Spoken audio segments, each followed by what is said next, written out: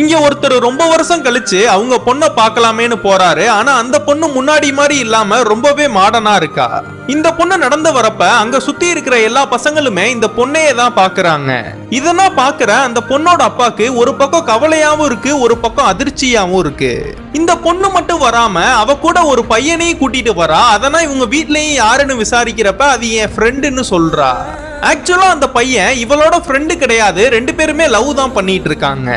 இப்படின்னா இருக்கிறப்ப இவங்க வீட்டுல இந்த பொண்ணு பார்க்கலாமேன்னு மாப்பிள்ளை வீட்டுக்காரங்கன்னா வீட்டுக்கு வராங்க.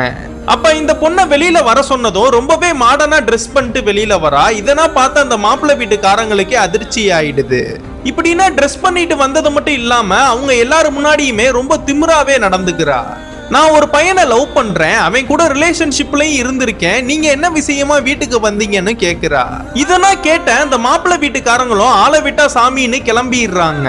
அடுத்த நாள் இந்த பொண்ணோட பர்த்டே பார்ட்டிக்கு இந்த பொண்ணு லவ் பண்ற அந்த பையனோட அம்மா அப்பானா இந்த பார்ட்டிக்கு வராங்க. அவங்க ரெண்டு பேரு காலையுமே விழுந்து அவங்க அம்மாவனா அறிமுகப்படுத்தி வைக்கிறா.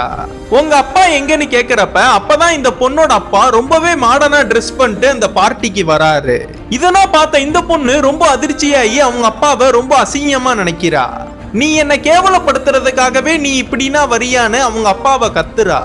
ஏமா எனக்கு பிடிச்ச ட்ரெஸ்ஸை நான் போடுறேன், உனக்கு பிடிச்ச ட்ரெஸ்ஸை நீ போடுற, இதுல என்னமா கேவலம்னு இவரும் கேக்குறாரு. நேத்து நீ பண்ணதை விட நான் ஒண்ணு அவ்வளவு கேவலமான பண்ணலன்னு சொல்றாரு. நீ எப்படி வேணாலும் ட்ரெஸ் போடு, அது உன்னோட ஃப்ரீடம். ஆனா எந்த இடத்துல யார்கிட்ட எப்படி பேசணுமோ அப்படி பேசு. உன்னை சுத்தி இருக்கிறவங்களோட மனசை புண்படுற மாதிரி நீ நடந்துக்காதன்னு சொல்லி அவங்க அப்பா அந்த பொண்ணுக்கு அட்வைஸ் பண்றாரு. இந்த பொண்ணோட அப்பா சொல்றது எல்லாமே கரெக்டா இருந்தா வீடியோ பாக்குற நீங்க கீழே கமெண்ட் பாக்ஸ்ல எஸ்ன்னு போட்டு போங்க.